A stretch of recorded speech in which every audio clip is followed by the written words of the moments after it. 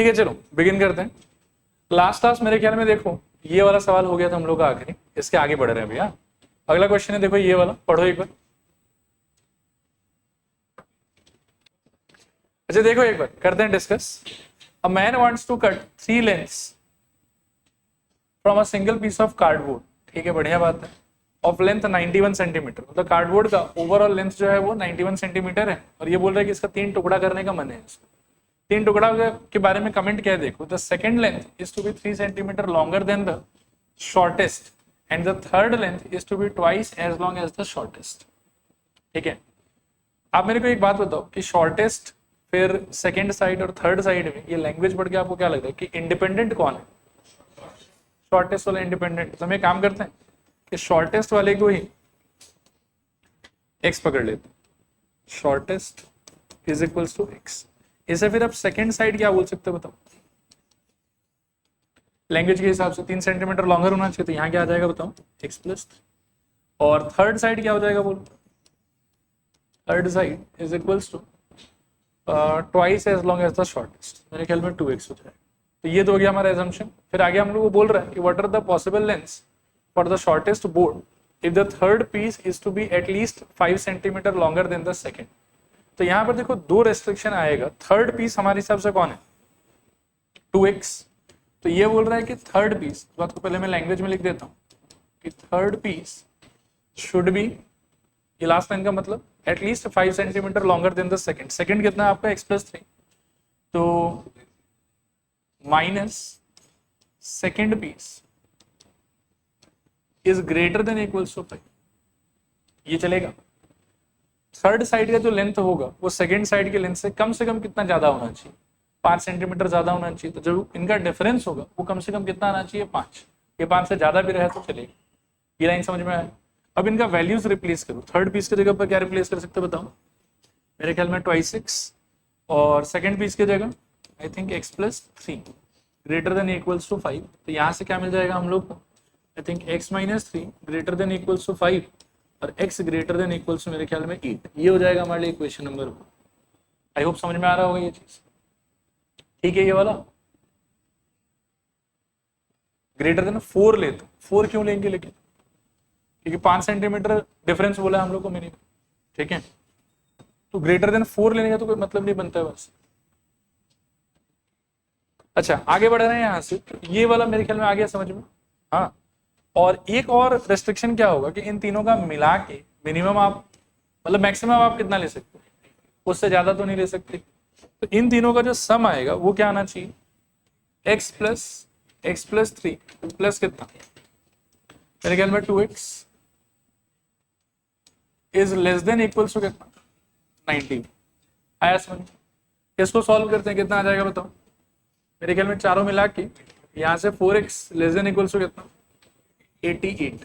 और डिवाइड अगर कर दोगे तो x less than equals to कितना आ जाएगा? मेरे ख्याल में कितना? 22।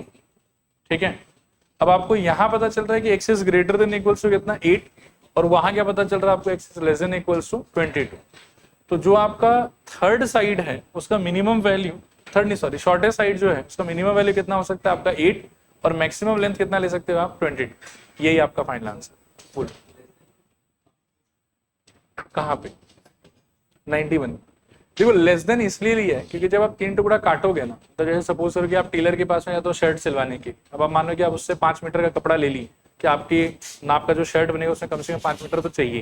लेकिन जब आप 5 मीटर लेते हो तो जरूरी थोड़ी कि पूरा 5 मीटर आपका यूटिलाइज हो जाएगा। काटने छाटने का थोड़ा सा तो वेस्ट भी हो सकता है। आया बात समझ? तो जो 3 पीस आप काटोगे इन सारे रेस्ट्रिक्शंस को मीट करने के लिए, ऐसा नेसेसरी नहीं कि पूरा 91 सेंटीमीटर आपका यूज हो ही जाए, थोड़ा बहुत वेस्टेज में भी आपका जा सकता है। इसीलिए जो तीनों का मिला के जो टोटल लेंथ है ना, मैक्सिमम वो 91 हो सकता है, उससे ज्यादा नहीं हो सकता। इसीलिए लेस देन और इक्वल्स टू लगा है। बोलो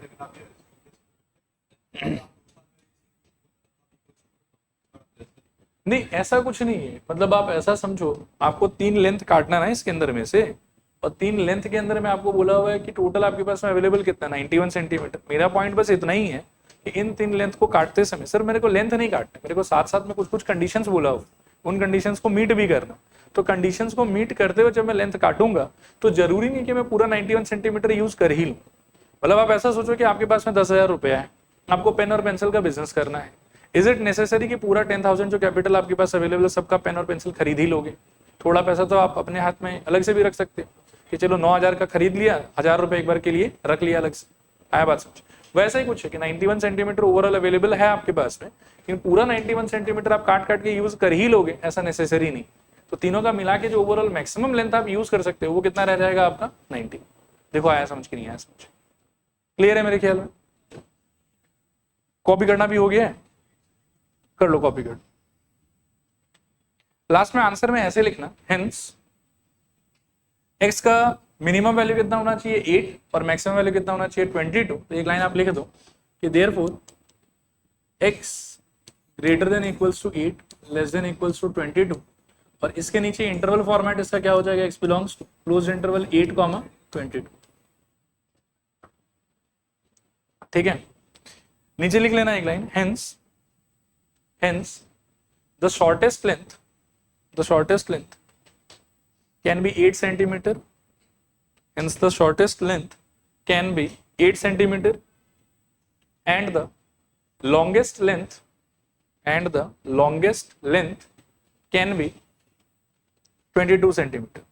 Hence the shortest length can be 8 centimeter and the longest length can be 22 centimeter of the shortest side. Clear मेरे ख्याल में? आगे चल रहे हैं। देखो इसके जो बाद वाला क्वेश्चन है उसमें खूब कंफ्यूजन रहता है आदमी लोग को। एक ऐसा एग्जाम्पल में है और एक ऐसा एक्सरसाइज में, मैंने दोनों को ही ले लिया, दोनों अपन डिस्कस कर लेंगे आज। ठीक है, आप पहले इसको पढ़ो अच्छे से, 7 नंबर वाले, फिर बात करते हैं।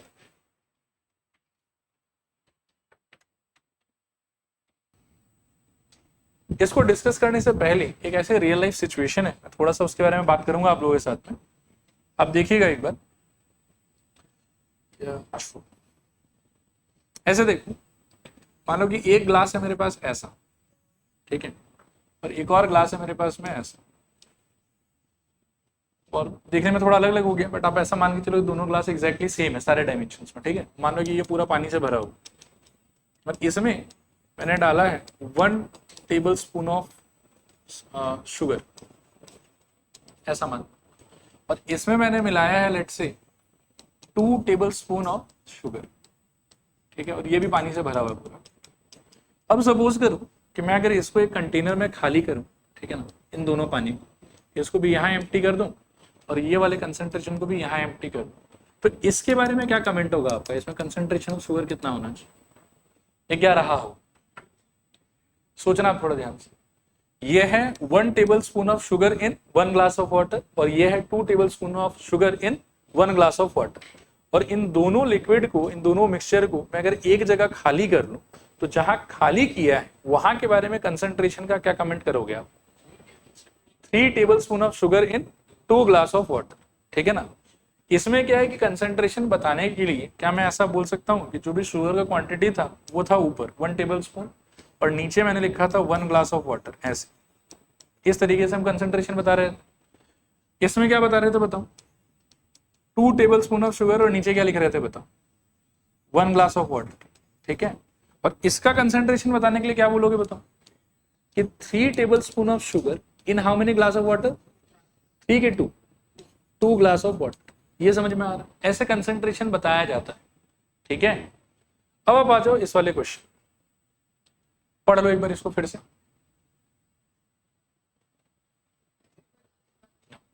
मतलब ये कॉमन ऐसी बात की है मैंने, देखो कि आपको बात समझ में आया कि नहीं है। इस ग्लास में 1 चम्मच चीनी था और 1 ग्लास पानी था, तो हम इसका कंसंट्रेशन कैसे डिस्क्राइब करेंगे?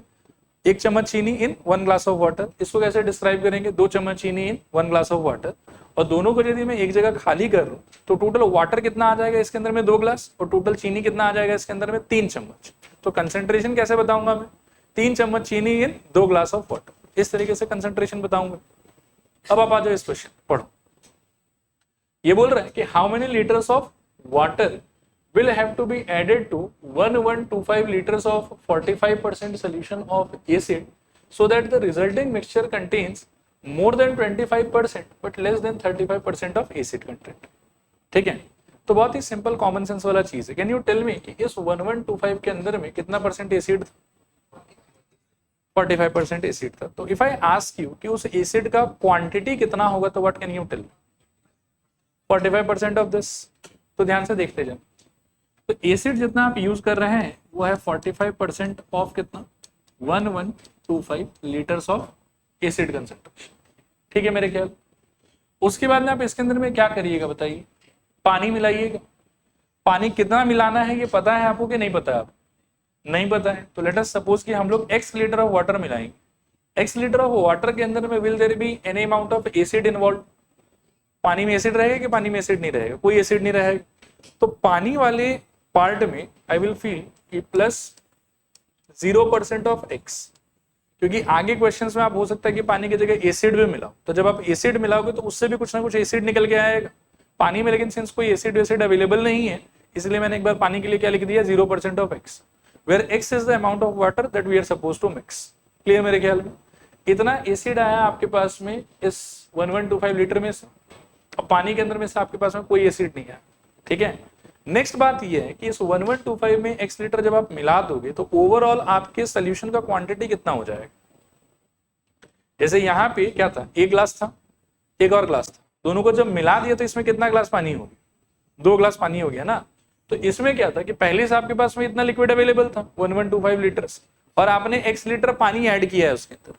ठीक है, तो टोटल अवेलेबल आपके पास में सोल्यूशन है उसका क्वांटिटी कितना हो जाएगा 1125 प्लस x, और उसका कंसंट्रेशन यदि आपको जानना है तो देखो ये एसिड आया पहले लिक्विड में से, वाटर में से कोई एसिड नहीं आया, और ओवरऑल आपके पास में टोटल लिक्विड कितना हो गया 1125 प्लस x।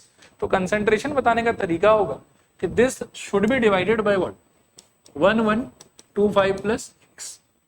सोच के देखो, इस सिचुएशन से कंपेयर करो, 1 चम्मच चीनी था, 1 ग्लास पानी था, तो कंसंट्रेशन था 1 table spoon of sugar in 1 glass water.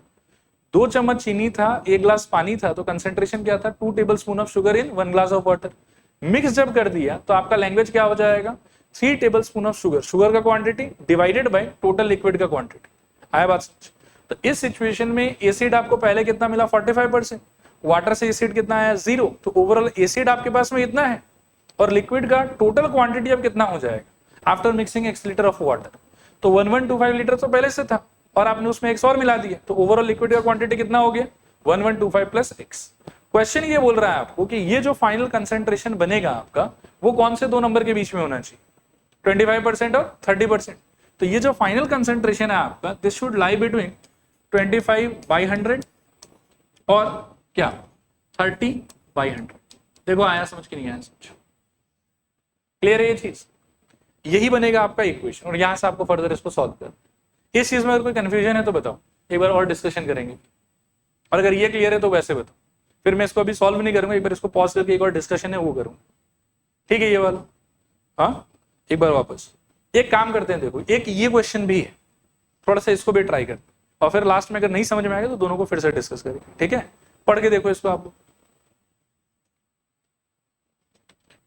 चल देखो एक बार बोर्ड की तरफ देखो और सोचना थोड़ा सा। हाँ, a manufacturer has 600 litre of 12% solution. इस 600 लीटर में अगर मैं एसिड का अमाउंट आपसे पूछूं कि कितना एसिड इन्वॉल्व होगा तो आप क्या बोलोगे? 12% ऑफ 600, तो ये हो गया आपके एसिड का अमाउंट 12% ऑफ हाउ मच 600। ठीक है, सेकेंड लिक्विड जो आप इसमें मिक्स करोगे वो पानी है कि वो भी कोई टाइप का एसिड ही है? एसिड ही है। कितना कंसंट्रेशन का एसिड है 30%, और आपको पूछ रहा है कि 12% वाले एसिड के 600 लीटर सोल्यूशन में आप ये 30% वाला एसिड का कितना सोल्यूशन मिलाओगे सो दैट कि जो फाइनल लिक्विड निकलेगा उसका कंसंट्रेशन कहां से कहां के बीच में होना चाहिए 15% और 18% के बीच। तो यहां पर भी आपको सोचना बहुत सिंपल है। सोचना क्या है आपको कि पहले वाले लिक्विड में से एसिड कितना मिलेगा।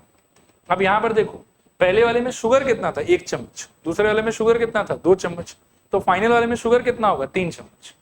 इसमें पानी कितना था 1 ग्लास, इसमें पानी कितना था 1 ग्लास, टोटल मिला के पानी कितना हो गया 2 ग्लास। तो आपका जो कंसंट्रेशन है वो क्या हो 1 चम्मच प्लस 2 चम्मच 3 चम्मच, ये हो गया शुगर, और टोटल पानी कितना इन्वॉल्व है इसमें 2 ग्लास, तो आप इसको ऐसे बोलोगे कि 3 tablespoon of sugar in 2 glass of water. तो सिमिलरली अभी मैं क्या करूंगा इसके अंदर में देखो कि मैं पहले वाले में मेरे को कितना एसिड मिल रहा है वो कलेक्ट करूंगा, सेकंड वाले में मुझे कितना एसिड मिलेगा वो कलेक्ट करूंगा, और लास्ट में टोटल क्वांटिटी ऑफ लिक्विड या सोल्यूशन कितना होगा वो कलेक्ट करूंगा। और ऊपर रहेगा एसिड का क्वांटिटी, नीचे रहेगा टोटल लिक्विड का क्वांटिटी, और वही रेशियो क्या रिप्रेजेंट करेगा मेरे फाइनल लिक्विड का कंसंट्रेशन। बोलो आया समझ के नहीं आया समझ? तो इसका तो पता है कि 600 लीटर चाहिए, 30% वाले का कितना लीटर चाहिए पता है कि नहीं पता? नहीं पता, तो मन में क्या एज्यूम करोगे बताओ? x लीटर चाहिए आपको, और उससे एसिड कितना मिल जाएगा आपको? 30% ऑफ x, तो क्या हो जाएगा? एसिड का quantity plus 30% of what? x। अब मेरे को बताओ कि टोटल लिक्विड कितना इन्वॉल्व है इस सीन में? 600 प्लस x।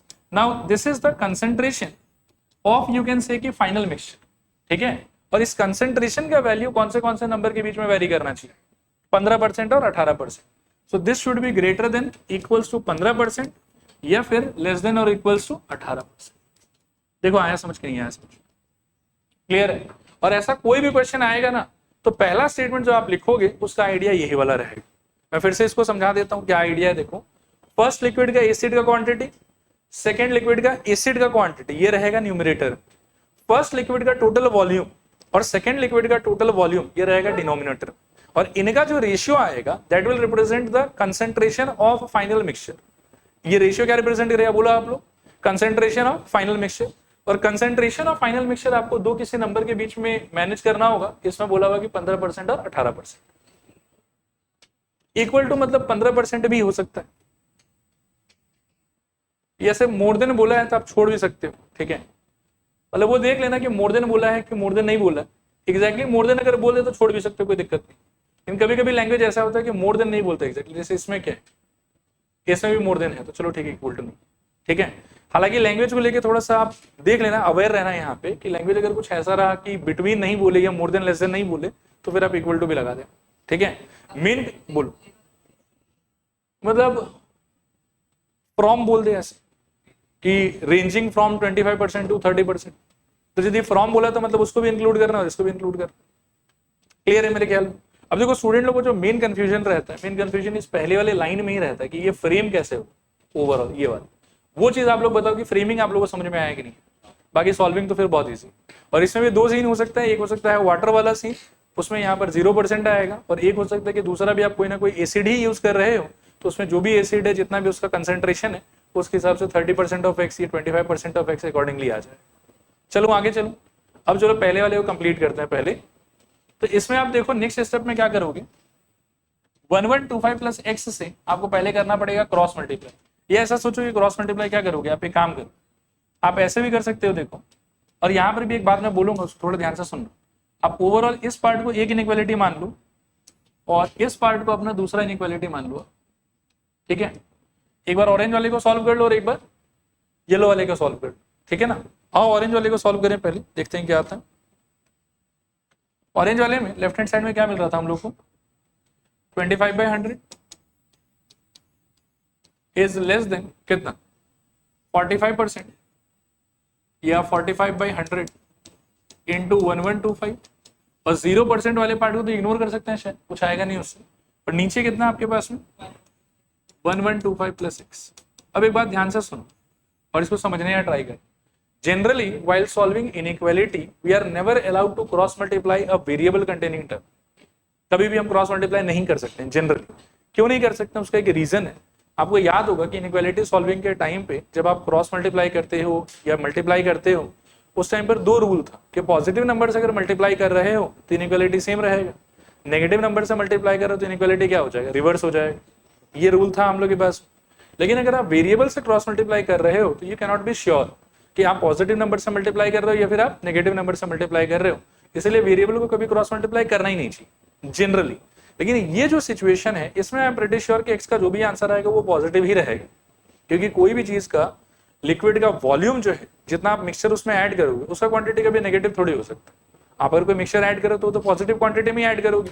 तो यहाँ पर आई एम प्रीटी श्योर कि एक्स का जो भी आंसर आएगा that will be positive and overall ये पूरा एक्सप्रेशन क्या रहेगा, पॉजिटिव। इसीलिए मैं क्रॉस मल्टीप्लाई कर लूंगा। बट इन जनरली वेरिएबल का क्रॉस मल्टीप्लिकेशन इनइक्वालिटी के टाइम पर कभी भी अलाउड नहीं होता, because we are not sure कि वो पॉजिटिव हो कि वो नेगेटिव हो। क्लियर है मेरे ख्याल में? आज इसको फटाफट सॉल्व कर। किसी का अगर आ गया आंसर तो मुझे आंसर बताओ। ये हो जाएगा मेरे ख्याल में 25/100 इंटू 1125 प्लस एक्स और लेस देन कितना 45/100 इंटू 1125, ठीक है। मुझे लगता है कि 100 तो ऐसे ही है, फिर काट लेना इसको भी। तो ये 9 और ये वाला कितना हो जाएगा 5, और फिर अंदर ले चलते हैं तो this implies 5 into 1125 plus 5x less than 9 into 1125।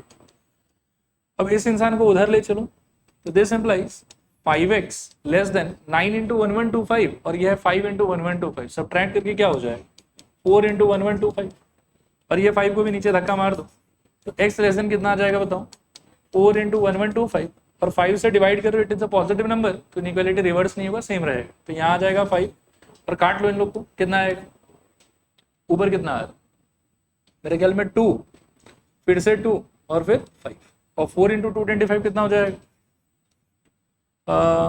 800 900 आएगा क्या 900 x लेस देन 900 ये वाला x जो था 0% था ना तो हट गया। ठीक है मेरे ख्याल में ये एक पार्ट हो गया आपका और अब आपको दूसरा इनइक्वालिटी सॉल्व करना है येलो वाला। तो येलो वाले में देखो उस तरफ 30/100 है तो मेरे ख्याल में येलो वाले के लिए ऐसा आना चाहिए 45/100 इंटू 1125 प्लस 0 लेस देन मेरे ख्याल में कितना 30/100 इंटू 1125 प्लस x।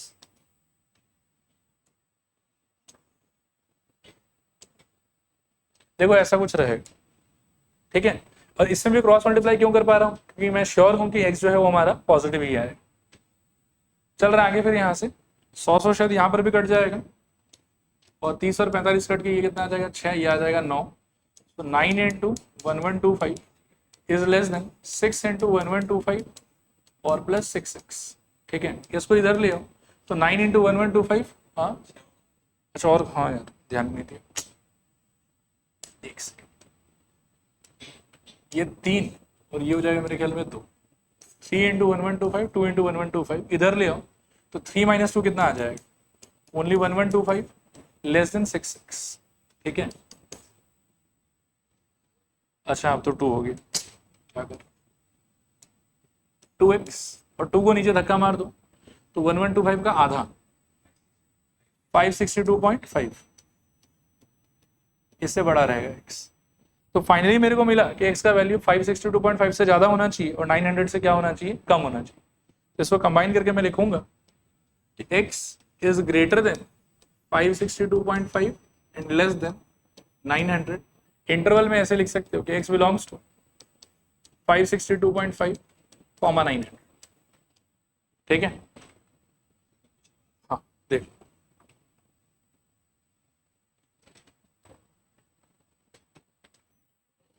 अच्छा देखो इसको तो पूरा सॉल्व कर दिया मैंने इसको आप लोग खुद से ही ट्राई कर लेना पूरा का पूरा सॉल्व करने का। ठीक है और जो भी आंसर है देख लेना उसको। अभी आगे बढ़ रहे हैं नेक्स्ट आप लोग हेडिंग लिखो एक बार। ठीक है कर लो कॉपी कर लो। ठीक है देखो एक बार इसका आंसर हार्दिक ने सॉल्व किया उसका राइट ही है 120 से लेके 300 के बीच में आना चाहिए। इसको घर पे आप लोग ट्राई कर लेना एक बार। ठीक है नेक्स्ट हेडिंग लिखो modulus inequality modulus inequality modulus inequality modulus inequality. ठीक है अब 5 मिनट के लिए एकदम मतलब पेन वेन सब छोड़ दो तो सांस लेते रहो और बोर्ड पर देखते रहो। बहुत आसान सा चीज है ज्यादा डिफिकल्ट नहीं है लेकिन थोड़ा ध्यान से एक बार कंसंट्रेट कर लेना आप लोग। हाँ सबसे पहले क्या हम इसको जानते हैं मॉड x क्या मीनिंग होता है इसका बताओ distance of x from origin बोलो या 0 बोल दो ऑन द क्या नंबर नंबर चलेगा मेरे ख्याल। थोड़ा सा इसका एप्लीकेशन देखते हैं ये मीनिंग अगर हमको समझ में आ गया तो क्या हम इन क्वेश्चंस का आंसर कर पाते। मॉडुलस ऑफ 5 कितना होना चाहिए बताओ 5।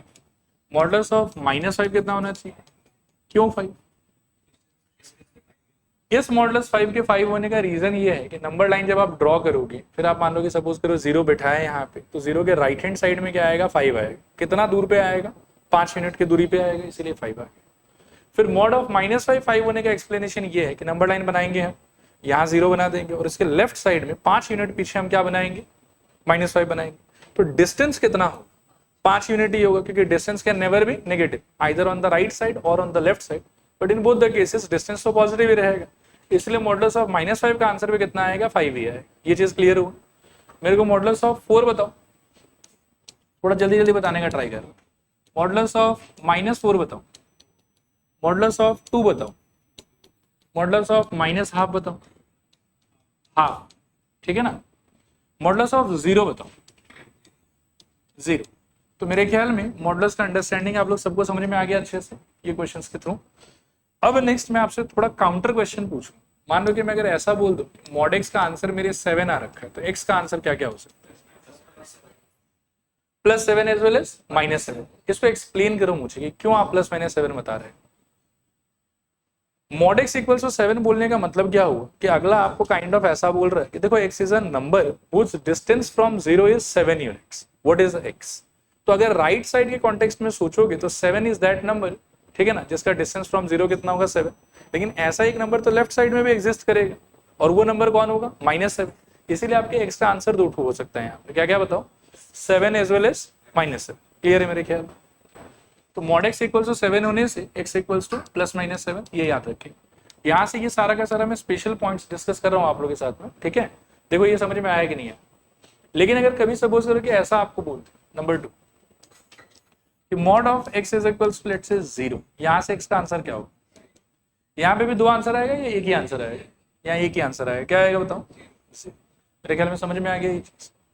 अब इसके बाद में देखो अगला एक बहुत ही खतरनाक सा अंडरस्टैंडिंग है, इसको देखना ध्यान से। 3 नंबर पे कभी कभी ऐसा भी हो सकता है कि आपको बोले कि मॉड एक्स का आंसर जो है ना वो इक्वल टू 7 नहीं है, on contrary greater than equal to 7। और यहां से आप एक्स पे क्या कमेंट कर सकते हैं? What can be your x? Correct. बाकी लोग देखो थोड़ा ध्यान से, मैं समझाने का ट्राई करता हूं। अब देखो ये नंबर लाइन है, ठीक है, और ये हो गया अपना 0 वाला पॉइंट। यहां पर मेरे को किसके आगे पीछे के हिसाब से सोचना है? 7 के आगे पीछे के हिसाब से सोचना। तो आप पहले 7 यूनिट वाला दोनों लोकेशन को प्लॉट करो अच्छे से। 7 यूनिट वाला 2 लोकेशन कौन कौन सा है बताओ? एक +7 और दूसरा क्या है? -7। तो +7 किस तरफ रहेगा बताओ? यहाँ पे। और -7 किस तरफ रहेगा? मेरे ख्याल में यहाँ। आई होप ये बात समझ में आ रहा हो। अब आप देखो कि 7 के उस तरफ का कोई भी पॉइंट अगर आप पिक करते 8, 9, 10 या कुछ भी, उन सारे का 0 से डिस्टेंस कितने यूनिट पे होगा बताओ? 8 यूनिट, 9 यूनिट एंड 10 यूनिट। और ये सारा का सारा जो डिस्टेंस है वो 7 यूनिट से ज्यादा है कि कम है? ज्यादा है मेरे ख्याल। तो इसका आंसर 7 के बियॉन्ड जितना भी नंबर्स है वो सारा नंबर इसका आंसर होगा। ये बात आया समझ? थोड़ा पूरा। अब पूरे नंबर लाइन पे सिर्फ 7 के बियॉन्ड ही ऐसा नंबर्स है जिनका डिस्टेंस फ्रॉम 0 मोर देन 7 होगा, या और भी नंबर्स है लोकेटेड इसमें? मुझे लग रहा है कि और भी नंबर्स। किधर है और भी नंबर्स? -7 के पीछे, मतलब यहां तक अगर आप आते हो तो इट इज 7 यूनिट्स, राइट। और यहां तक अगर आप जाते हो तो दिस इज ऑल्सो 7 यूनिट्स, ठीक है। लेकिन इस बाउंड्री पॉइंट के बियॉन्ड इस तरफ all the points are at a distance of more than 7 units. Similarly left में अगर आप इधर आते हो तो ये वाला पॉइंट पे आप समझो कि इट इज 7 यूनिट्स, ओके। लेकिन इसके पीछे जितना भी पॉइंट्स, वो सारा पॉइंट्स में कैसे डिस्टेंस पे होगा? More than 7 unit, less than 7 unit की equal to 7 unit? More than 7 unit. मैं देखो हाईलाइट करके दिखाता हूं आप। ये जो पोर्शन है 7 के पीछे वाला, और ये जो पोर्शन है -7 के पीछे वाला, इस हाईलाइटेड पोर्शन में जितना भी नंबर होगा ना, वो सारा नंबर का आप इमेजिन करो कि 0 से डिस्टेंस कितना होगा। उधर वाले का भी मोर देन 7 यूनिट और इधर वाले का भी क्या होगा? More than 7 unit. तो 7 के राइट में जितना नंबर्स है वो भी मेरे इस इनइक्वालिटी का आंसर बनेगा, और -7 के लेफ्ट में जितना आंसर है वो भी मेरे इस इनइक्वालिटी का आंसर बनेगा। बोलो आया समझ के नहीं आया समझ? तो मेरा आंसर क्या होना चाहिए? पहले आप मेरे को इनइक्वालिटी के फॉर्मेट में ही बताने का ट्राई करो। तो इनइक्वालिटी के फॉर्मेट में मेरा एक पार्ट होगा x more than equals to 7 ऐसे, और दूसरा पार्ट मेरा क्या हो सकता है? x less than equals to क्या? -7, ठीक है। और इसी को जब मैं इंटरवल के फॉर्मेट में लिखना चाहूंगा तो लिखने का तरीका क्या होगा? देखना, समझना ध्यान से। मेरा आंसर ऐसे लिखूंगा मैं कि x बिलोंग्स टू, इसका मीनिंग क्या है? -∞ से स्टार्ट करके कहां तक? -7 तक। तो इसको मैं ऐसे रिप्रेजेंट करूंगा कि -∞ से लेके -7 क्लोज इंटरवल यूनियन, ये क्या बोलना चाहता है? 7 to infinity, राइट। तो ये क्या हो जाएगा? Close interval 7, ∞। So either you can give your answer in this format और you can give your answer in this format, both are correct and acceptable. बोलो ये आया समझ के नहीं आया समझ? ठीक है। अब यहाँ पर जरूरी है कि ग्रेटर देन इक्वल्स टू 7 ही हो, ग्रेटर देन इक्वल्स टू 5 हो सकता है, 4 हो सकता है, 3 हो सकता है, 8 हो सकता है, कुछ भी हो, सोचने का लॉजिक तो यही रहे। बोलो क्लियर है कि नहीं क्लियर? रिपीट करूं कि हो जाएगा? Sure, okay. नेक्स्ट सपोज करो कि एक और मैं अटैच करना चाहूंगा। मान लो कि मेरे को कितना नंबर था, ये 3। 4 नंबर पे सुनो और सोचो। मान लो कि mod x जो है वो 7 से बड़ा ना हो के, मान लो कि लेस देन इक्वल्स टू 7 हो, और मैं आपसे पूछता कि आपका आंसर क्या होना चाहिए, तो आपको फिर से लास्ट टाइम की तरह नंबर लाइन एक्सप्लोर करना चाहिए। मान लो कि ये हो गया आपका नंबर लाइन और ये हो गया आपका सपोज करो 0। जिस नंबर के साथ में कंपेयर कर रहे हो उसका पॉजिटिव नेगेटिव दोनों लोकेशन पहले प्लॉट कर। ये हो गया मेरे ख्याल में 7 और ये हो गया मेरे ख्याल में -7।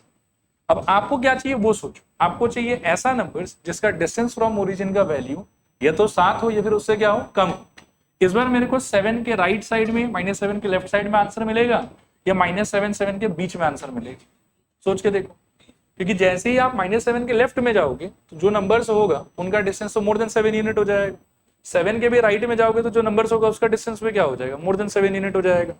लेकिन बीच का नंबर अगर लेते हो 1 2 3, इनका डिस्टेंस कैसा रहेगा, लेस देन 7 यूनिट। आपको लेस देन 7 यूनिट वाला डिस्टेंस चाहिए कि मोर देन 7 यूनिट वाला डिस्टेंस चाहिए? लेस देन वाला चाहिए। तो लेस देन वाला अगर चाहिए तो आपका आंसर बाहर की अंदर, अंदर मेरे ख्याल में। तो इस बार इनइक्वालिटी के फॉर्मेट में अगर मैं आंसर बताना चाहूं तो मैं आंसर कैसे बताऊंगा, देखो कि x greater than equals to -7, मतलब -7 के राइट साइड में, या फिर लेस देन इक्वल्स टू 7, 7 के लेफ्ट साइड। क्लियर मेरे ख्याल में? और इसी को इंटरवल में कन्वर्ट करोगे तो क्या हो जाएगा बताओ, x बिलोंग्स टू व्हाट, -7 से लेके 7 क्लोज इंटरवल ऐसे। देखो क्लियर है कि नहीं क्लियर? थोड़ा पूरा दोनों को अच्छे से समझ लेना। 7 से बड़ा आंसर चाहिए तो 7 का राइट, -7 का लेफ्ट, और 7 से छोटा आंसर चाहिए तो -7 और 7 के बीच में। फिर 2 और पॉइंट में अभी लिखूंगा, उसमें एक्सप्लेन नहीं करने से भी होगा। इसी में सपोज करो कि अगर इक्वल साइन हट जाता है तो आप इनइक्वालिटी में आंसर देते समय यहाँ इक्वल यूज नहीं करोगे, और इंटरवल में लिखते समय आप स्क्वायर ब्रैकेट यूज नहीं करोगे। क्या यूज करोगे आप? Round bracket. क्लियर है मेरे ख्याल में? Same goes for here also, कि अगर मान लो कि यहाँ पर इक्वल साइन नहीं है तो यहाँ भी इक्वल नहीं होना चाहिए, यहाँ भी इक्वल नहीं होना चाहिए, और साथ ही साथ ये जो स्क्वायर ब्रैकेट लिखा हुआ है इसके जगह पे क्या होना चाहिए, राउंड ब्रैकेट। बोलो क्लियर है कि नहीं क्लियर? तो अगला पॉइंट देखो हम लोग क्या हो जाएगा 5 नंबर पे, कि mod x सपोज करो कि सिर्फ 7 से बड़ा होना चाहता था। इसका आंसर होना चाहिए x, मैं अभी नंबर लाइन नहीं बना रहा हूं, ठीक है, सेमी एक्सप्लेनेशन है इसका भी, और x लेस देन -7। और यहां से हम कह सकते हैं कि x belongs to I think -∞ से -7 यूनियन 7 से लेके आई थिंक इन्फिनिटी, ठीक है। और सिमिलरली दूसरा पॉइंट हम 6 नंबर पे क्या लिख सकते हैं यहाँ पे, कि mod x का आंसर अगर 7 यूनिट से छोटा होना चाहता है तो क्या होगा, x less than 7 greater than -7, और इंटरवल के फॉर्मेट में x belongs to open interval -7 से लेके ओपन इंटरवल 7। ठीक है मेरे ख्याल में? पहले ये 6 पॉइंट आप लोग लिख लो, फिर मैं आगे एक्सप्लेन करूँ।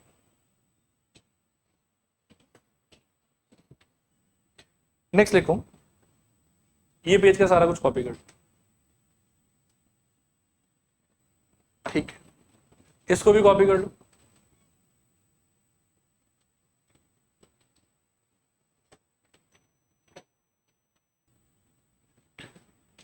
देखो अगला पेज भी कॉपी कर लो, 5 और 6,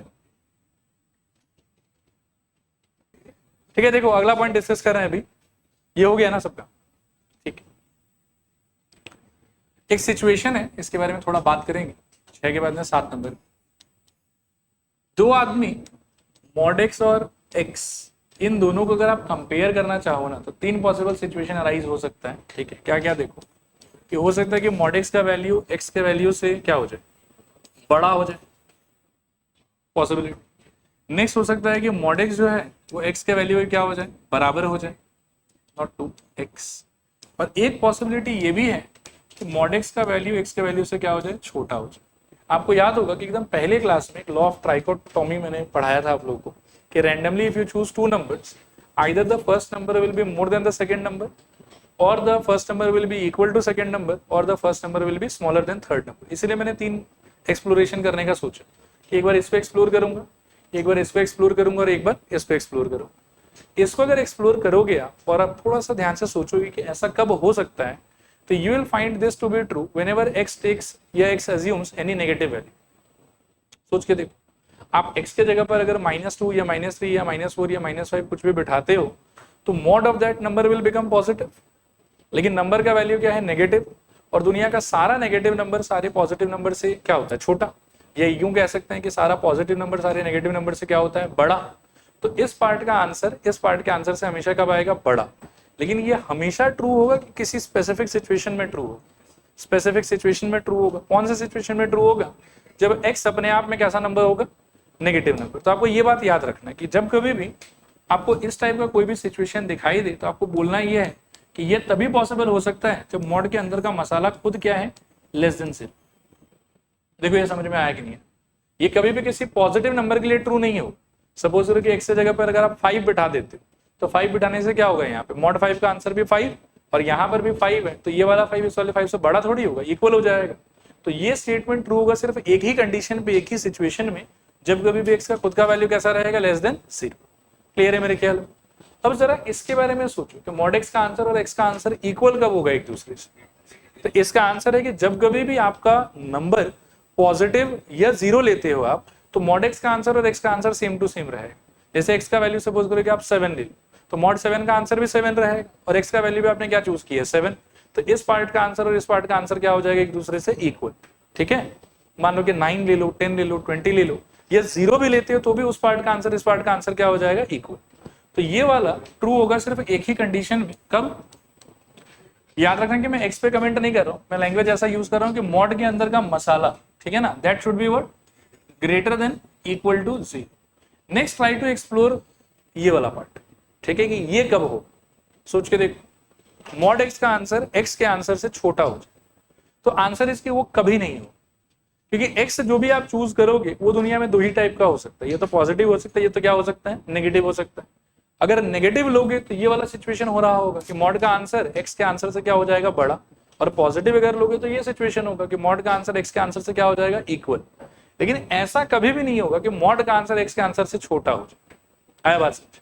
तो इसके लिए हम बोलेंगे कि इस सिचुएशन का होता है नो सोल्यूशन। क्या होता है बताओ, नो सोल्यूशन, ऐसा कभी हो ही नहीं सकता। और इसको बोलने का तरीका है कि x equals to curly bracket खाली, तो इसका भी एक और शॉर्टकट है या फॉर्मेट है, x इक्वल्स टू व्हाट, 5। ये सिंपल है। क्लियर है मेरे ख्याल, कॉपी कर लो इसको।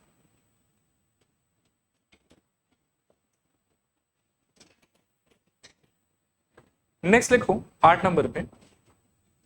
कभी कभी क्वेश्चंस में ऐसा भी आएगा आपके पास में कि एक तरफ मॉड का कोई एक एक्सप्रेशन होगा, मान लो कि मॉड x, और एक तरफ मॉड का एक और अलग एक्सप्रेशन होगा, बट दोनों पे मॉड लगा हुआ हो, और आपको ऐसा बोला हुआ रहेगा कि mod x is greater than equals to mod y। ये ग्रेटर देन भी हो सकता है, ये लेस देन भी हो सकता है। तो जब कभी भी ऐसा दो मॉड वाला सिचुएशन आप एनकाउंटर करोगे ना, तो इसको सॉल्व करने का तरीका होगा कि आप इस पे ना एक काम करना, स्क्वायरिंग बोथ साइड लगा देना। तो आपको अगले स्टेप में मिलेगा मॉड x का square is greater than equals to mod y का स्क्वायर। कहने का मतलब ये है कि स्क्वायरिंग बोथ साइड करने से इनइक्वालिटी सेम टू सेम रहता है, वो रिवर्स वगैरह कुछ नहीं होता। हाँ, और इसके अगले स्टेप में क्या होगा कि स्क्वायर करने की वजह से मॉड हट जाएगा, now it will become x का square greater than equals to y का square, and from there you can do normal solve. यहाँ से आपका सॉल्व हो जाएगा। तो ये पॉइंट भी याद रखेंगे कि जब कभी भी हमारे पास में दो मॉड वाला इनइक्वालिटी है तो स्क्वायरिंग बोथ साइड लगाना है, फिर नॉर्मल तरीके से उसको सॉल्व कर लो, स्क्वायर रहेगा, स्क्वायर की वजह से ही मॉड हटते हैं यहाँ से। ठीक है, क्लियर मेरे ख्याल में। ओके, नेक्स्ट पॉइंट देखो, नहीं डायरेक्टली बोलना गलत हो। देखो मैं बताता हूँ, मान लो कि मॉड ऑफ 5 है और यहाँ मॉड ऑफ 7 है, ठीक है, कौन बड़ा होगा बताओ, ये बड़ा होगा। और यहाँ पर 5 और 7 में भी क्या रिलेशनशिप, अच्छा लग रहा है। अब आप इसको देखो, ये बड़ा है, लेकिन 5 और -7 को कंपेयर करोगे तो क्या होगा, आया बात समझ। तो डायरेक्टली मॉड रिमूव करना मतलब अच्छा चॉइस नहीं है। स्क्वायरिंग बोथ साइड के साथ में समस्या नहीं आएगी, क्योंकि तब वो भी 49 हो चुका होगा और ये 25 हो चुका। बोल,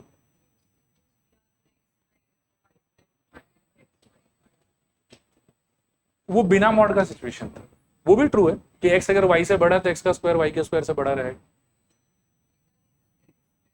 नहीं सेम सेम, हाँ उस टाइम पर ही यूज किया था उसको। तो उसमें भी तो यही बोला था कि x अगर y से बड़ा है तो x का स्क्वायर y के स्क्वायर से बड़ा हो, और उल्टा भी ये बोल सकते हो कि x का स्क्वायर अगर y के स्क्वायर से बड़ा है तो x का आंसर y के आंसर से बड़ा हो। इनइक्वालिटी रिवर्स लेकिन कहीं पर भी नहीं हो रहा। वो वाला चीज खाली पॉजिटिव नंबर्स के लिए होगा, लेकिन ये वाला तो हर टाइप के नंबर के लिए ट्रू। ठीक है, क्लियर मेरे ख्याल में, ये वाला पॉइंट समझ में आया।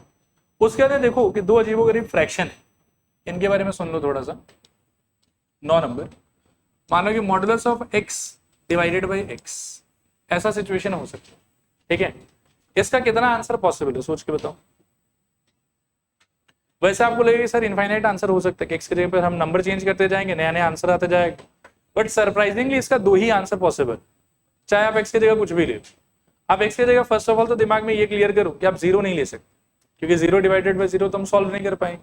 तो x के जगह पर ये तो आप पॉजिटिव नंबर ले सकते हो और या फिर आप नेगेटिव नंबर ले सकते हो। मैं ना दो केस में इसके आंसर के बारे में बात कर लेता हूं आपसे, एक जब आप x का आंसर कुछ पॉजिटिव नंबर लोगे और एक जब आप x का आंसर कुछ नेगेटिव नंबर लो, ठीक है। And it is very simple, आप एक बार जो है वो आराम से नंबर लेके देख लो। मान लो कि x की जगह पर आप 5 चूज करो, तो मॉड 5 का आंसर कितना रहेगा, थोड़ा सोच के बताना है एक बार। मॉड 5 का आंसर 5, और नीचे भी क्या रहेगा आपके पास में 5, 5/5 का आंसर 5/5 1, ठीक है मेरे ख्याल में। और कभी भी कोई भी पॉजिटिव नंबर लोगे ना तो at the end you will see कि अल्टीमेटली इस रेशियो का आंसर 1 ही आ रहा है, ठीक है। Now take a negative number, let's say x की जगह पर आप -10 यूज करो, तो मॉड ऑफ -10 का आंसर कितना हो जाएगा 10 नीचे, लेकिन x की जगह आप क्या बिठाओगे -10, कैंसिल करके क्या बचेगा -1। So whenever you take any negative number, हालत ये वाला रहेगा। आया बात समझ। And this kind of fractions they are supposed to have only 2 answers, either 1 और -1। 1 तब आएगा जब मॉड के अंदर का मसाला होगा पॉजिटिव, और -1 तब आएगा जब मॉड के अंदर का मसाला क्या होगा नेगेटिव। आया समझ कि नहीं आया समझ, पक्का, ओके। 9 के बाद में इसी का एक और एक्सटेंडेड वर्जन दिखाता हूं मैं आपको 10 नंबर पे। ऐसे ही रैंडम मान लो कि मॉडुलस ऑफ कुछ ऐसी पूछ रहा हूं मैं 5x + 2 डिवाइडेड बाय मान लो कि 5x + 2, ये एक्सप्रेशन कुछ भी हो सकता है हाँ, लेकिन खाली मेन बात ये है कि मॉड के अंदर का एक्सप्रेशन और नीचे वाला एक्सप्रेशन होगा सेम टू सेम। इस सिचुएशन में क्या आप मुझे बता सकते हो कि आंसर्स क्या आएगा और कब आएगा। मेरे ख्याल में वापस से या तो 1 आएगा या फिर क्या आएगा -1 आएगा, बट 1 कब आएगा जब x का नहीं सॉरी फिर गलत सोच रहे हो आप, मॉड के अंदर का मसाला यानी कि कौन है यहाँ 5x + 2 उसका वैल्यू होगा पॉजिटिव, और ये तब आएगा जब मॉड के अंदर का मसाला यानी कि 5x + 2 होगा नेगेटिव। आया बात समझ, क्लियर है ये चीज, पक्का। एक क्वेश्चन पूछ लेता हूं, उससे फिर आपको भी आइडिया हो जाएगी कि एप्लीकेशन क्या है। देखो यहाँ देखो एग्जाम, मान लो कि आपको ऐसा देगा कि solve for x, solve for x, और क्वेश्चन ये रहेगा कुछ ऐसा, देखो modulus of 2x - 3 divided by 2x - 3 is equal to बोला रहेगा 1। अब बोलेगा फाइंड x, अब क्या करोगे बताओ। तो आपका इतना दिमाग चलना पड़ेगा कि ये यदि 1 आ रहा है ना, दैट मीन्स कि मॉड के अंदर का मसाला इंडिविजुअली क्या रहा हो पॉजिटिव। तो आप ऐसा बोलोगे कि this is possible only when, directly बोलना पड़ेगा आपको कि 2x - 3 will be greater then 0। अब ये ऐसा फैक्ट याद रहेगा तो ही अप्लाई कर सकते, बाकी यहाँ से सॉल्विंग का कोई स्कोप नहीं है। आया बात समझ। तो यहाँ से यू विल से कि 2x - 3 ग्रेटर देन 0 होना चाहिए और x ग्रेटर देन क्या होना चाहिए 3/2। तो आपका आंसर हो गया कि x belongs to open interval 3/2 से इंफिनिटी, ठीक है। ये इसका एप्लीकेशन। और इसी तरीके से सपोज करो कि हमको बोला रहता कि ये फ्रैक्शन दिया रहता है लेफ्ट में, राइट में बोला रहता है कि दिस इज इक्वल्स टू -1, बताओ x का आंसर क्या होगा। तो फिर आप डायरेक्टली क्लेम करते हैं कि यार अगर इस फ्रैक्शन का आंसर आप -1 बता रहे हैं तो मतलब मॉड के अंदर का मसाला क्या होना चाहिए लेस देन 0। फिर उसको एक्सप्लोर करो, जो भी आएगा वो आपका आंसर। तो ये इस टाइप के सिचुएशन का एप्लीकेशन है। बोला आया समझ के नहीं आया समझ, पक्का, ओके। करना एक चीज को थोड़ा सा और मैं रिविजिट करना चाहता हूँ एक बार, उस पर भी एक पॉइंट और ऐड करना चाहूंगा, ठीक है। कि आप लोग चाहो तो वहीं पे कॉपी कर लें। जैसे इसका आंसर तो समझ में आ गया था आप लोग कि मॉड x इक्वल्स टू अगर 7 हुआ तो x का आंसर क्या क्या होगा +- मॉड x इक्वल्स टू 0 होने से x का आंसर क्या होगा। अब 2.5 नंबर पे एक और पॉइंट चिपकाओ यहाँ पे, अगर जगह है कॉपी में तो, मतलब 1 2 फिर 2.5, ठीक है। Mod x equals to let say कोई नेगेटिव नंबर अगर बोल दे मेरे को, तो यहां से आंसर क्या होना चाहिए बोलो। मतलब 7 हुआ तो x का 2 पॉसिबल वैल्यू, -7 भी हो सकता है +7 भी हो सकता है। 0 हुआ तो x का एक ही पॉसिबल वैल्यू कि 0 हो सकता है। लेकिन अगर मेरे को बोले कि मॉड x का आंसर नेगेटिव है, इसमें x का आंसर क्या होगा, तो याद रखना कि इसका आंसर होगा फिर से नो सोल्यूशन, क्योंकि x के अंदर तो पॉजिटिव नंबर भी जा सकता है, नेगेटिव नंबर भी जा सकता है, लेकिन बाहर हमेशा सिर्फ पॉजिटिव नंबर ही आएगा। तो हम x के जगह पर कोई ऐसा नंबर नहीं डाल सकते जिसको सॉल्व करने के अंदर मेरे को क्या मिले negative answer, and hence I will say it will have no solution. इसको भी थोड़ा सा आप लोग माइंड में रखना। नो सोल्यूशन, या दूसरे तरीके से कह सकते हो कि x इक्वल्स टू 5। ठीक है, इसके साथ में मॉडुलस इनइक्वालिटी का सारा आइडिया ओवर। अब हम लोग क्वेश्चंस की तरफ प्रोसीड कर सकते हैं। ठीक है, देखो पहला क्वेश्चन,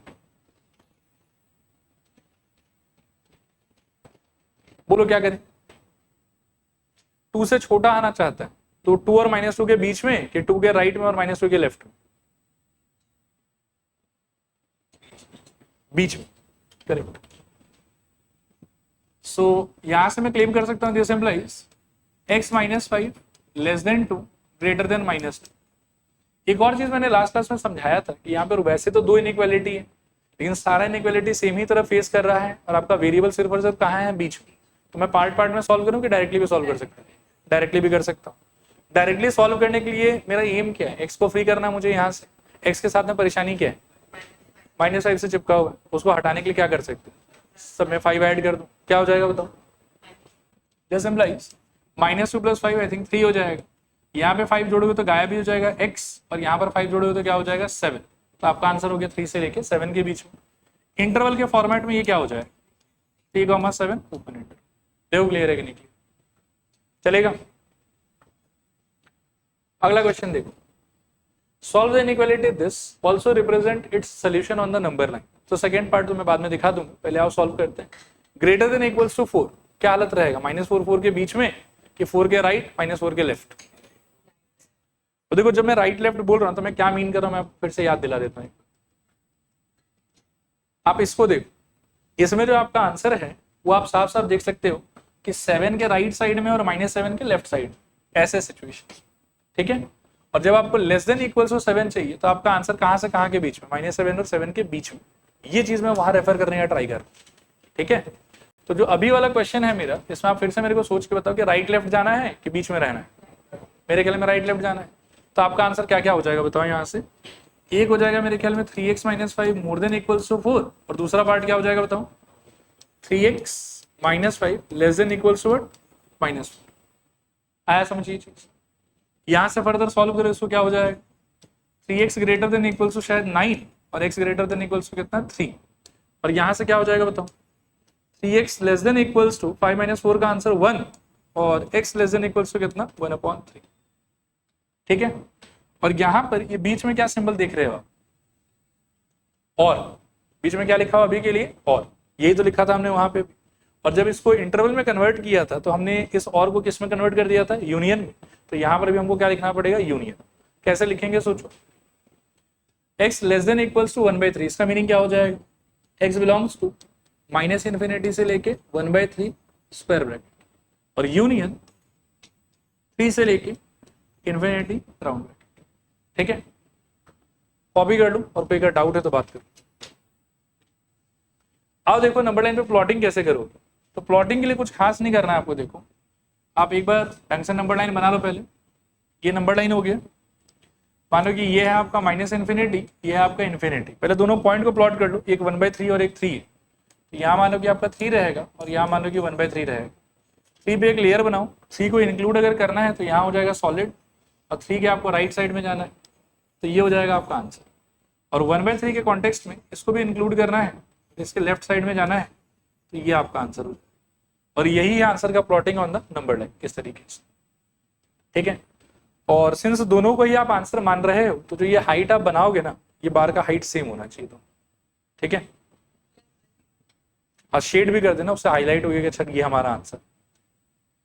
क्लियर मेरे ख्याल में? चल रहा है अगले क्वेश्चन पे। देखो, solve the following inequalities. First वाले में ये क्या है मैं एक बार देख लेता हूँ।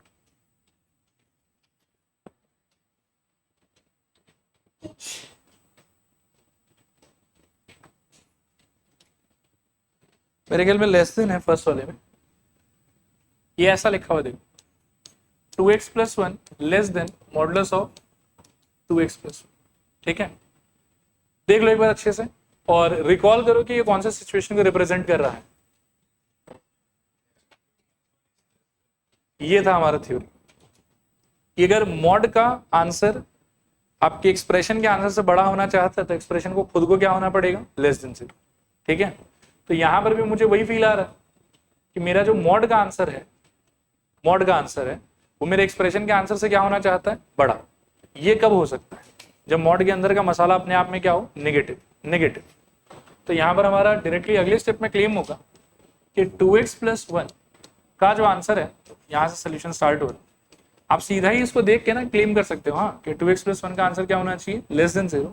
सो यू कैन से कि 2x is less than -1, x is less than -1/2। x belongs to -∞ से लेके -1/2 पे राउंड। क्लियर है मेरे ख्याल में? इसको देखो, इसमें क्या दिखाई पड़ रहा है, एक मॉड की दो मॉड, और दो मॉड वाले में क्या करते हैं, स्क्वायरिंग बोथ साइड। तो डायरेक्टली आप स्क्वायरिंग बोथ साइड कर लो यहां से, और स्क्वायरिंग बोथ साइड करने से क्या होगा कि आपको मिलेगा मॉड ऑफ 3x का square greater than equals to mod of 6 - 3x का फिर से स्क्वायर।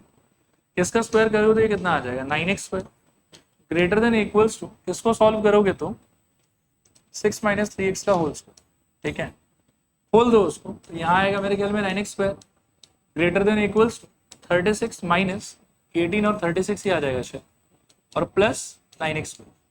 ये दोनों साइड से कट जाएगा, और आप ये 36x को इधर ले आओ, तो ये दे देगा आपको 36x greater than equals to 36, divide कर दो x greater than equals to 1, और फाइनली इसको इंटरवल के फॉर्मेट में अगर लिखोगे तो x बिलोंग्स टू मेरे ख्याल में आएगा क्लोज इंटरवल 1 से लेके इन्फिनिटी। ठीक है, क्लियर है मेरे ख्याल में?